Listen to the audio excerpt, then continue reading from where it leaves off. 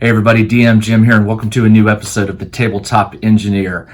I'm wearing my NASA shirt today. The day you're watching this video, actually the day I'm releasing this video, is July 19th. And for those of you who know history, tomorrow, July 20th, is the day that the Apollo 11 landed on the moon. So I felt it was kind of appropriate to wear my NASA shirt. I was not very old. I was 3 months old when the landing happened. So I don't remember it, but I was there. My mom says I was sitting beside her while she watched it live. Anyway, today's episode is a little different. This is not a crafting video, so go ahead and get your ahs out of the way. This video comes from some very specific requests from some viewers, and something I'm happy to do. For some time now, I have been playing this game called Gaslands, written by Mike Hutchinson. This is from Osprey Games. This game came out, what was it, 2017? Let's take a look at the copyright. 2017. So the game is just at 2 years old. I'll tell you a little bit about this game if you're not familiar with it. If you're already familiar with it, feel free to skip ahead a little bit. This game came out in 2017 by Osprey. It was very popular. So popular that the first printing sold out, and I believe the second and third printing sold out. I don't know what printing they got up to on this, but I don't know at what point it got in the process of reprinting and maybe some rules errata and things like that before author Mike Hutchinson decided that he needed to tackle the book again with maybe some clarification, some additional content. Now, what I want you to notice is, look how thin that book is. This rule book is 64 pages. Osprey Games releases a lot of different skirmish war games in these, what they call the blue covers, I believe is what they call them. And they have this little blue bar down here and some art and things like that. So when this came out, this was typical of Osprey's publishing. And it's fun. It's fun. I love this game. Just recently, Mike Hutchinson announced that he was rewriting the rules, adding content, and that book is called Gaslands Refuelled. This book's not out yet as of the time I'm releasing this video. It comes out in September. I want to say September 19th, I may be wrong. But what I want you to notice is that it's a lot thicker. How many pages? Should have looked before I started recording. 192 pages. 192. Triple the size of the original rule book. It's not that there are a lot of new rules in this book. What has happened is a lot of people thought that this rule book felt squeezed together. Once you played a game or two, the game was pretty self-explanatory.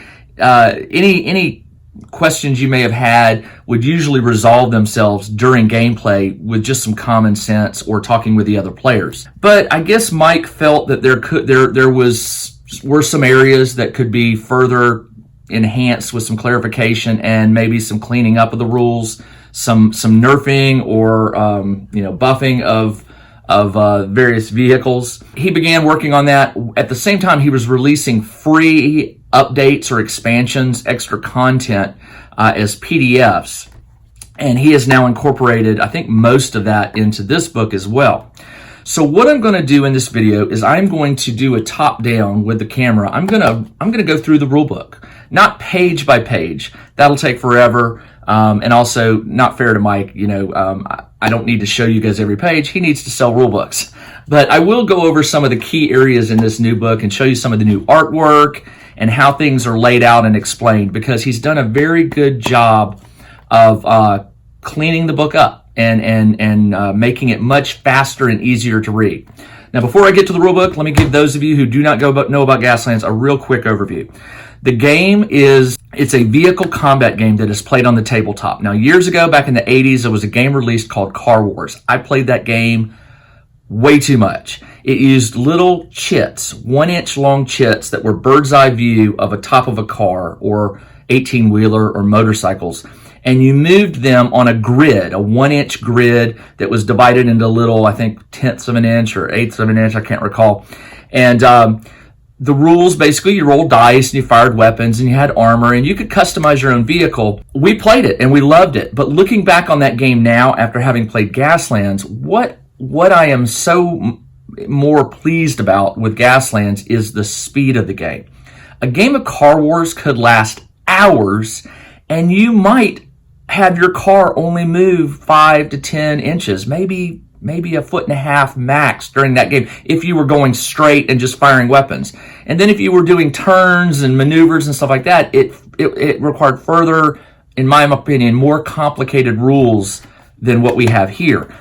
This is not to knock Car Wars. I love Car Wars, always will love Car Wars, but the game was sluggish. It was sluggish. It was fun because it's all we had, but it was sluggish. Mike Hutchinson has created a game where you take Matchbox cars, you add weapons to them. Here are two of my favorites that I like to use right here. Matchbox cars, modify them, paint them, dirty them up, add rust, add weapons, put them on the desktop. You'll use a series of movement templates like this. They're little separate pieces that can tell you how far a car moves. There's swerves and things like that. And then you use special dice. These are called shift dice right there. And they have different symbols on them that you'll roll, and those symbols will determine what happens. Do you lose control? Do you slide? Do you spin out? Do you roll and wipe out? Once you watch a game, even if you've never played it, if you watch a game, you will be amazed at how fast the action goes and the carnage. I've played dozens of games, and I think I've won like once or twice. Winning is great, but honestly, I never even think about it. It's just so fun to watch all these cars doing these crazy maneuvers and rolling and exploding and things like that. And it's just fun. I laugh harder than any other game I play at Gaslands. Let me do the top down. I'm going to give you some views of the rulebook, and as I go along, I'll try and explain briefly the dice and the movement templates and show you some of the differences between the original game and this new version of the rulebook. And hopefully that will hold you guys over who are looking forward to this new rulebook. Hopefully that'll hold you over until the book releases. Let's get to the tabletop and let's see what this new rulebook is all about. All right, let's go ahead and get on this review here. So here's the old rulebook, and I'm just going to show you some real quick pages in it so you get an idea. For instance, look at the information density here on like the turn, gear phase, pole position, activations, movement steps that spill over to the next page, discussion of the dice. Notice the graphics. I just want you to have an understanding of look at all this information. Very, very dense. All right. So let's open this up and take a look. All right. So again, this is a hardback book, not paperback. Very rugged. Obviously, you've got the table of contents, which, as you can see, is significant. Intro is about the same as the other book, same backstory, what you need, stuff like that. Not a lot new here, but here you go. I want you to notice the layout. Much easier to read, much more visual, colorful. The movement. Well, let me just jump ahead. So here we go. The round. Here we are. Gear phase. Qualifying for an activation, pole position, things like that. You'll notice it takes about the same amount of number of pages. It's just laid out a little differently, and it's a little less dense. And I want you to also notice this blue text. You'll see this on a lot of pages where there's this some of these are tips and some of these are clarifications on the rules, and they're very useful. Don't skip over them. They're not necessarily pulled from the text like little snippets. They are information that you should read. But there's a lot of tables like this one, the template summary table, that I really like. This is basically just, there are 1, 2, 3, 4, 5, 6, 7, 8, 9. There are 9 movement templates that have various symbols on them, and these are the movement templates. So here's gentle. So you'll see gentle right here. There are 2 shift icons on gears 1 and 2, and that matches here. And then there is a hazard on the 5th one, which is here. So there has been no change in the movement templates from the original rules to the new rule book. Okay, they are the same size, and I'll get to that later. But so what I want to show you here is, this has not really changed. It just, because of the way it's laid out on the page, when you're reading it, it doesn't look like this page is just filled with nonstop stuff to learn. It's laid out in a very easy way that doesn't overwhelm the reader, even though not much or really nothing has changed here. Now, there are some rule additions and clarifications. Here's some more of that blue text. Again, the rules have not changed. I know a lot of people were concerned that the game was going to be rewritten and that the current rules, or this existing rule set, was going to be obsolete. That's not the case. It's still here. All we really have are clarifications to the old rules plus some new content, and that's obviously why the book is a little thicker. So I want to jump forward a little bit. A lot of the imagery is still the same from the old book, like this one, talking about how you position your car on a movement template, and you'll see lots of blue clarifications. Let's jump forward here. Okay, the attack steps. A lot of this information in the old rule book was all put like on 1 or 2 pages. So what's going on here is it's been split over multiple pages just to make it a little more easy to digest. The wipeout step, I know a lot of players had issues with the wipeout step, that it was very confusing. So what I did was I sat down and I read this. I tried to put myself in the shoes of a new player, never having played it before, trying to understand, does the wipeout step portion of the book explain it correctly? And I have to tell you, with the addition of the blue clarification text, and maybe there is some additional explainer text added on to the old book, it is not difficult to understand. And then, of course, they give you some example activations in here. There are also, later on in the book, I'm going to show you, there's some example gameplay, which is just absolutely great. There are these additional rules. A lot of this was found in some of the expansions that Mike Hutchinson added with the freebies. There's some additional tack rules that are covered. What I'm doing is the explosion table. I love this. What I want to do is I want to jump forward. Okay, ignoring obstructions. Actually, it's the obstructions section of the book. Again, I tried to place myself in the shoes of someone who'd never played the game and reading this with a sort of not knowing what's going on. I tried to read it as a novice. And I have to tell you, again, Mike has done a great job here in cleaning it up and making it a little more understandable. Not that it was confusing to begin with, but it just seemed to be one of those sections, collisions and obstructions, and this thing called interrupted movement. It just seems to be one of the things that new players tend to get hung up on. And I believe that there's a real value to this new rule book in cleaning it up. And there's a lot more discussion too. I believe I didn't do a word for word comparison, but I've read this book enough that I feel like there is some new content here to make things clearer.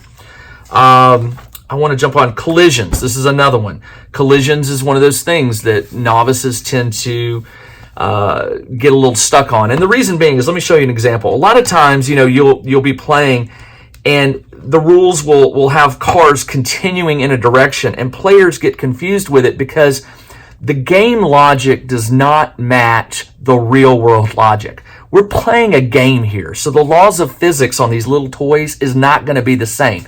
If it was, this would be a physics rule book, not a game rule book. So there are a lot of weird and unusual things that will happen in the game with relation to your car models that don't fit a normal real world scenario. You're just going to have to accept it. It's a game. It's supposed to be fun, and the cars will do some weird or unusual movements, but it's all just part of the carnage and trying to resolve the rules as best as possible.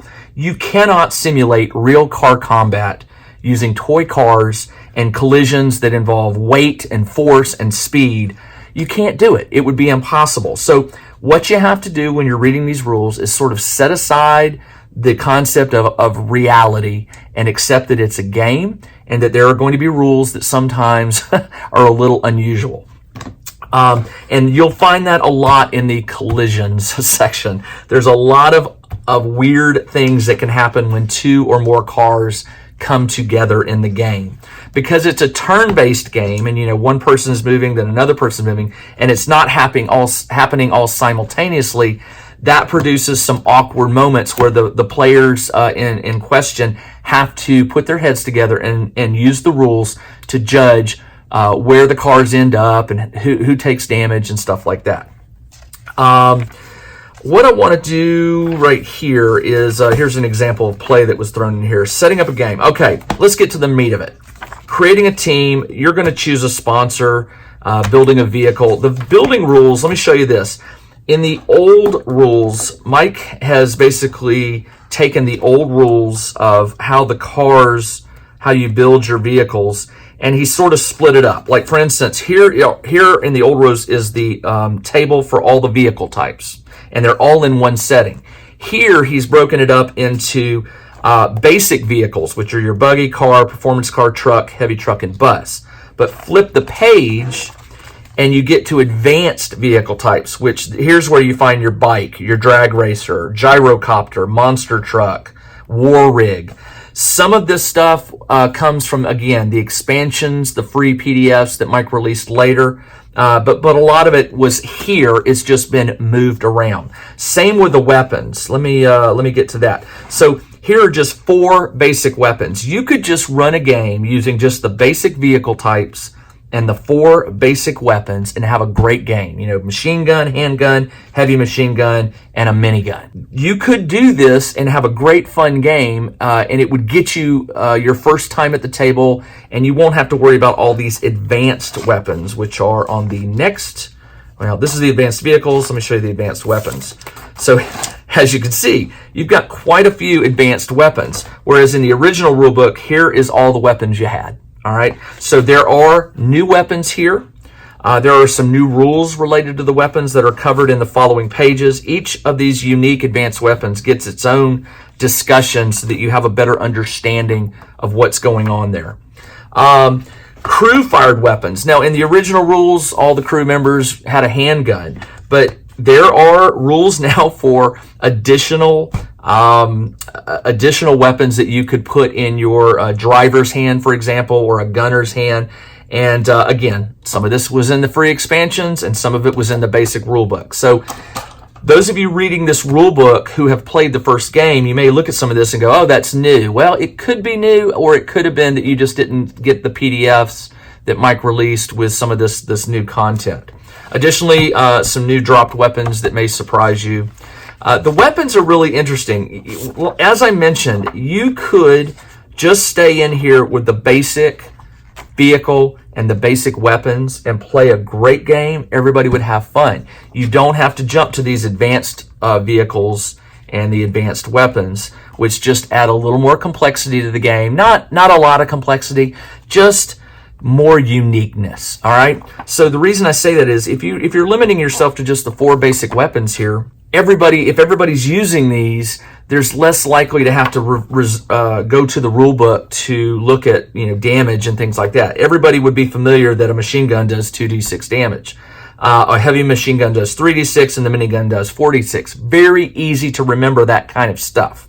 Again, these are normal d6, by the way, not the shift dice that you use for the game. So I forgot to mention that to run this game, you need shift dice and you need regular 6-sided dice with pips or numbers on them.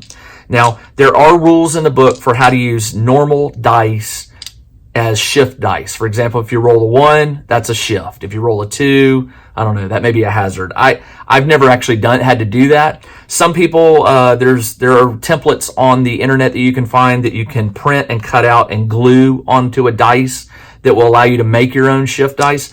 These I purchased off of Etsy. If you go to Etsy, etsy.com, and you search for Gaslands, you're going to find dice.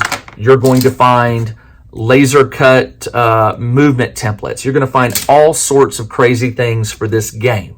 So, but you don't need those. If you have just standard 6-sided dice, you can play this game. You can use those as shift dice and as damage dice.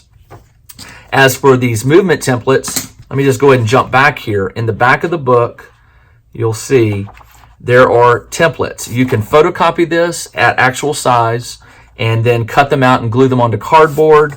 I think there's a PDF of this online, so you don't have to photocopy your book. You could just download the PDF and print it. Likewise, these are called card dashboards. These little cards correspond to the different classes of vehicle, and they have checkboxes and places to write in like weapons and stuff like that. But again, you can find stuff like this online. Let me see if I've got one here. Some people use like what they call dash cards. I think it's called Gaslands. Gaslands is a company that makes these in a little card that has a lot more information on it. You slip it into a blank card sleeve, and you can use it with a dry erase marker to write on and then wipe off and reset your vehicle. So anyway, everything you need to play this car is in the rule book except for 6-sided dice and your toy cars. Okay. There's a lot of things to photocopy back here. Finally, I meant to show you there's some tokens.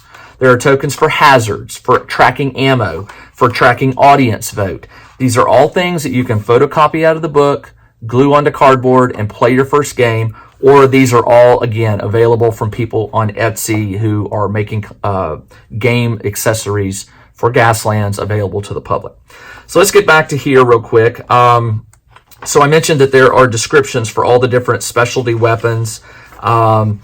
Here are vehicle upgrades. And again, you don't have to use this if you're just starting out in Gaslands. Play a basic game, get the rules down, and then you could advance your game by adding these additional things in here.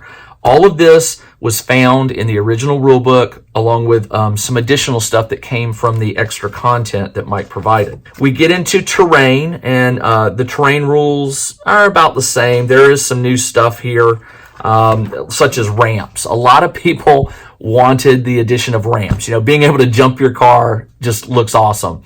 And there is a very short rule about how to do this. Nothing fancy. And of course, there's a rule relating to tumble. So if you don't make the jump, you might go into a tumble. Audience votes has pretty much stayed the same. I think there's a little bit of addition of ways to get audience votes. Let's get into sponsors. In the original book, I believe there were 6. Let me just double check that. I'm going to jump back here. There was 1, 2, 3, 4, 5, 6. Yeah, there were 6. Rutherford, Miyazaki, Mishkin, Idris, Slime, and Warden Kadila. We have Miyazaki, Mishkin, Idris, Slime, the Warden, Scarlet, Highway Patrol, Vernie, Maxine, the Order of the Inferno, and Beverly, the Devil on the Highway. And Rusty's Bootleggers. Quite a few extra sponsors, which is really important because with 6 sponsors, if you had 6 players, everyone could pick a different sponsor. But some people just didn't like one sponsor or the other, so you would often have a Miyazaki versus a Miyazaki. By adding more sponsors, Mike has really allowed players to, it's opened it up a bit more, so there's less likely a risk of a player playing on the same sponsor. That's totally allowed. Rutherford can go up against Rutherford. What sponsors provide to you is they provide different types of weaponry and hardware depending on your sponsor. There are also certain perks. These are called perks. Some of these are new. When you pick a sponsor, for example, let's look at this. The perk classes for, let me pick Miyazaki because it's a cool one. Miyazaki, its perk classes, if you pick it, is Daring and Precision. So you jump over here to Daring and Precision, and you can see two cans. These are costs to provide. These are like upgrades to your vehicle. They're perks of being with a certain driver. The rule is there's no limit to the number of perks a vehicle can have, but each perk may only be purchased once for a vehicle, so you can't buy something twice for the same car.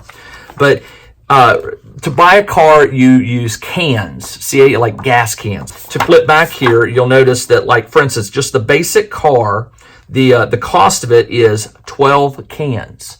So if you play a 25 can game, you've already spent 12, almost half for the car.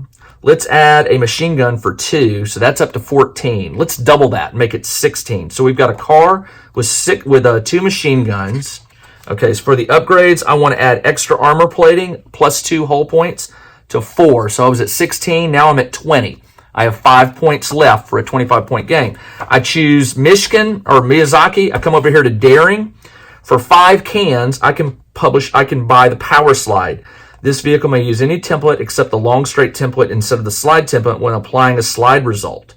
That is very cool. Let me just give you an explanation of that. Normally, when you slide, these are movement templates. Here's a swerve. All right, so you've got your car. Let me get your car out here. And I have the power slide perk on my Miyazaki. Now, what happens is normally when you use the swerve template, if you make the swerve, the car moves from here to here. If you fail the roll, or if you intentionally choose to do a slide, and I'll talk about that in a minute, you would end up here. But what this is saying is I can use any template except the long straight template instead of the slide. So what I do is I could choose to, you must first use the movement template you touch, treat the selected movement template as a slide template for purpose of finding the vehicles. So what I could do is take the slide off, and I believe, if I'm interpreting this right, so what you would do is, let's say I use the turn template.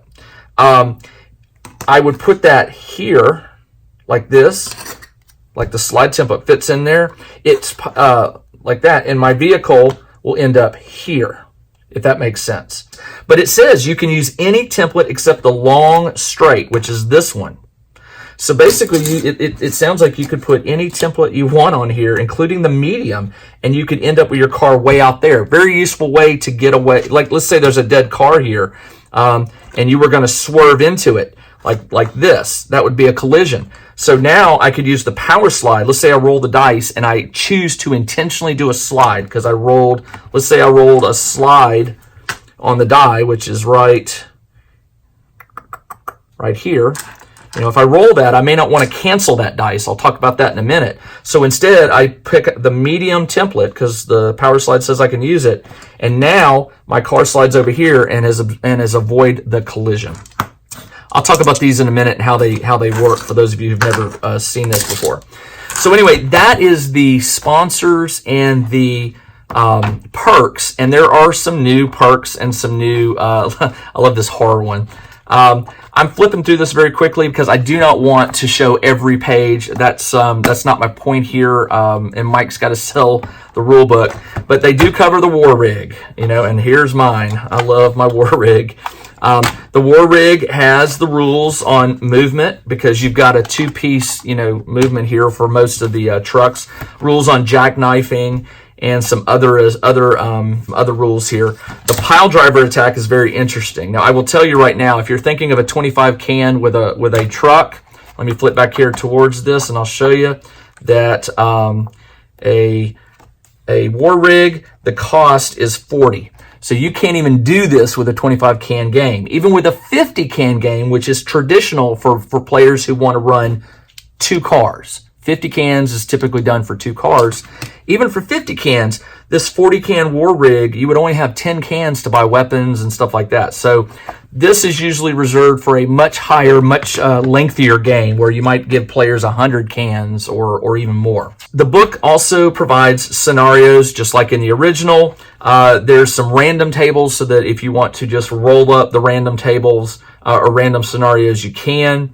There are different settings. It used to be all televised, but now there are wasteland skirmishes and special events, and these are all covered in the following pages. Here's televised, and here are the wasteland skirmishes. Special prize tables have been added. I think existing players of Gaslands, this is where you're going to notice a lot of extra stuff, the good stuff. The scenarios are great, but let me jump ahead here and show you this. Campaigns. He actually has the rules from the original book on running like a season of racing, which you could do. And of course, you roll for the different events that you're going to run on. But let me jump forward here again, just a little bit. Injuries and how to earn cash for your team. Here it is, the Savage Highways Narrative Campaign. This one right here, I'm not going to give any secrets away. I read it and I'm blown away. Scenario 1, Scenario 2A, 2B, Scenario 3. And I don't want to show any of that because I don't want any screen captures, but you're going to love it. You're going to love it. That's all I got to tell you. It's a off-road, Mad Max, you know, Thunder Road kind of scenario that just is outstanding. Mike, good job on it. Finally, he ends the book with some notes and thoughts on just some regular things, how to interpret unclear rules. This basis thing is pretty slick. Just rules on changing the scale, changing the setting. I mean, he offers some great advice on just a few pages here.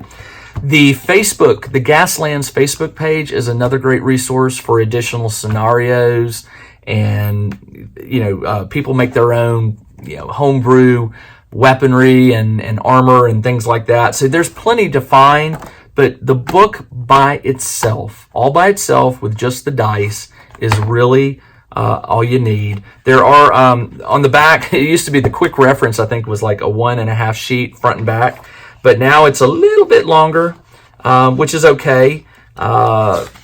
Not too bad. You've got your weapons, weapons and continued. Wow, 2 full pages of weapons and an upgrade. And then, of course, all your vehicles in one right here. But 3 pages for the basic running of the game, which is not bad at all. And again, I tell you that after you've played a couple games of this, the structure, the mechanics of the game become almost second nature. You know when it's time to move. You know how to use the movement templates, how to use the dice properly, and things like that.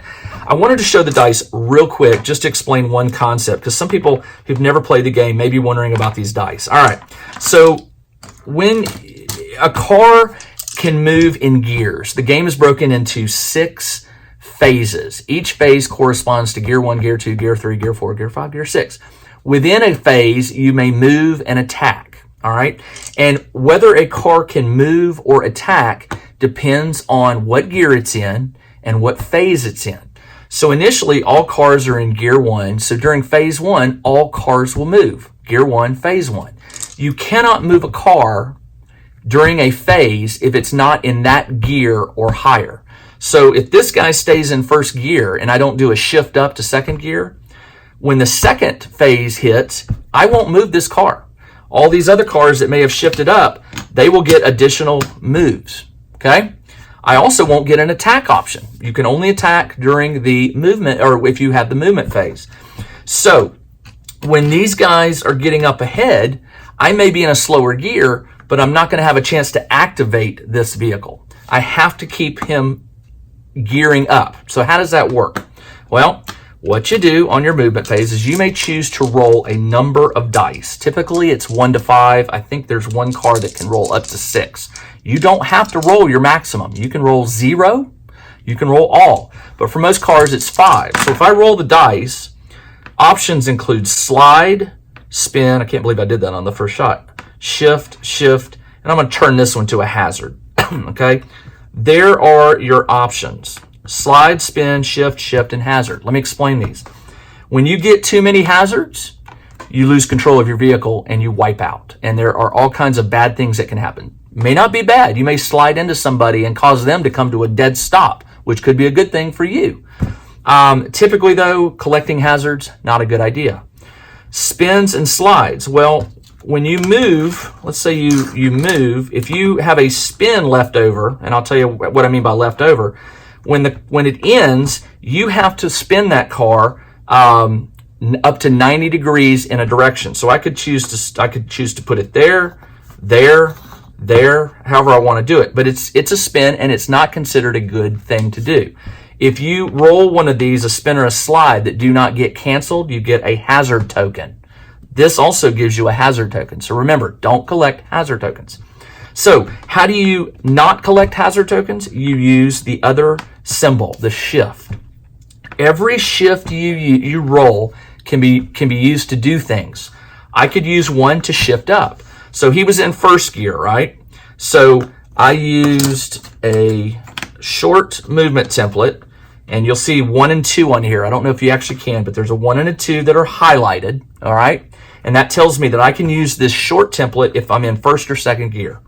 So I place it, and because I'm in first gear, I get to move this forward on my first activation. There's also a shift symbol here. So it's kind of like getting a free shift die. And why would you want that? Well, shift dice can be used to shift up or down. So let me do this. I'm going to use the shift die to move him up to second gear. So on my dashboard, I would use a 6-sided die to move from 1 to 2 to indicate he is now in second gear. He will also get to move in the second phase. I'll have to do a shift again to move him to third gear if I want to move in the third phase, and so on. But what about these bad dice? Well, a shift die can cancel any of those. I could choose to get rid of the spin, all right? And I'm left with a hazard, a slide, and a shift. Now, I could use this shift to shift him up to 2, which I said I was going to do, but now I'm thinking, ooh, if I do that, if I shift him up to second, I don't want to be forced to take a slide, which will also add a hazard token. So I'll end up with 1 token, 2 hazards. Got it? So I may want to cancel that, but you know what? I'm okay. I don't have the dangerous number yet. So I'm going to choose to shift up. I'm going to take a hazard token. I'm going to take a second hazard token, and because of this slide, I have to use the slide template. So I take this, and you'll notice this little triangle. I insert it into here, and you have to place the car pointing this direction or this direction along the slide. So I'm going to choose to place it there. So basically, it just means that somehow during my acceleration, I lost a little bit of control and I slid. Now, I might be able to correct that next turn by rolling another slide. Here it is. I rolled 3 shifts, a spin, and a slide. I'm going to use this to shift up to third gear. I'm going to use this to cancel the spin.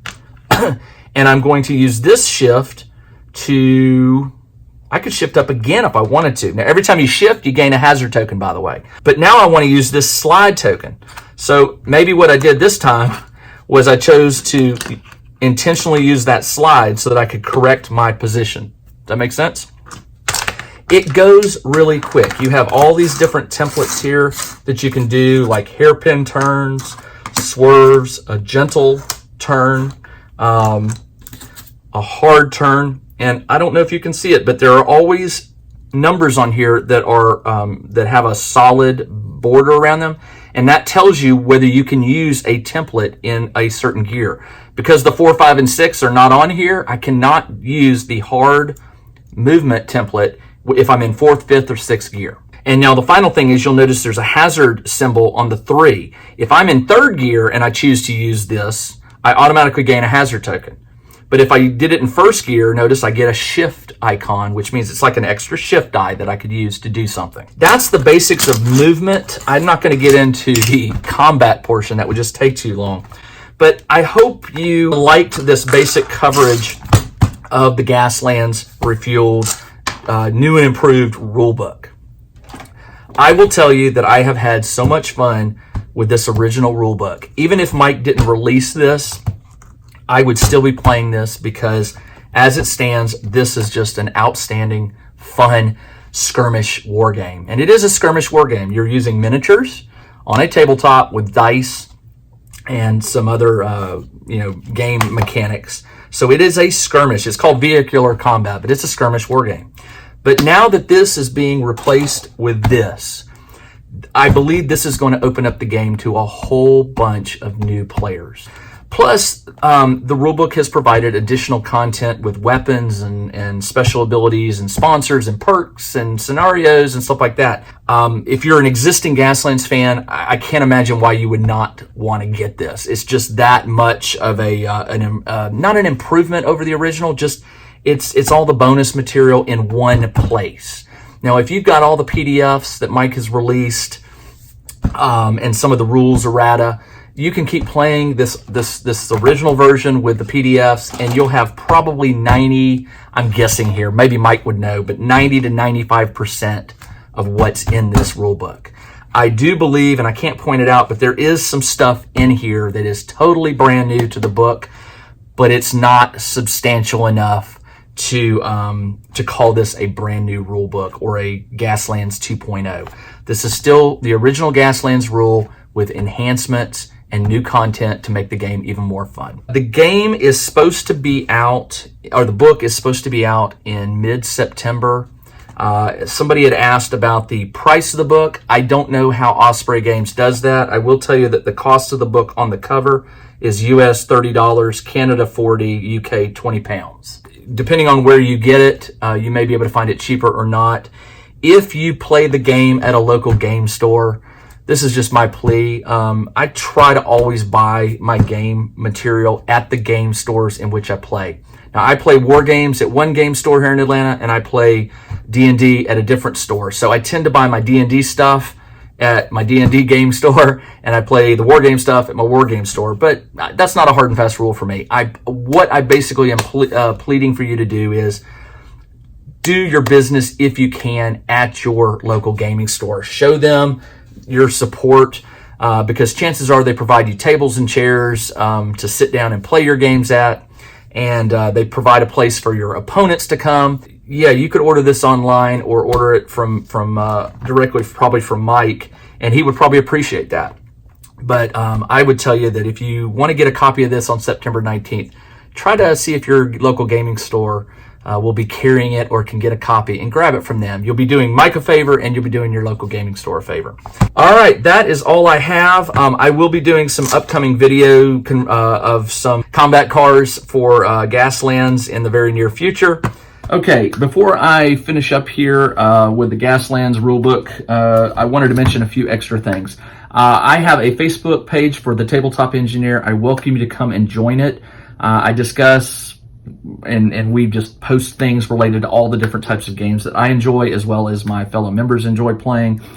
Sometimes I do live events there, and I'm actually thinking about doing a live event of a car conversion, and a Hot Wheels car to a Gaslands car in the very near future. So come join that page if that's of interest to you.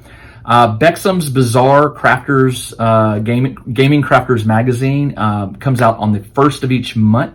I know a lot of you already know about the magazine, but if you don't, you can find out more information at patreon.com/Bexham's Bizarre, BEXIMS Bizarre. It is a monthly magazine, comes out at the 1st of each month, and it always has game content for a variety of games. I have a lot of contributors that submit their own stuff. It's just a wild and crazy magazine that I'm just loving putting together, and there will be some Gaslands stuff in it off and on as the magazine progresses. And then finally, the last thing I want to mention to you is, if you are watching this video, it is probably about the time that I have released this information.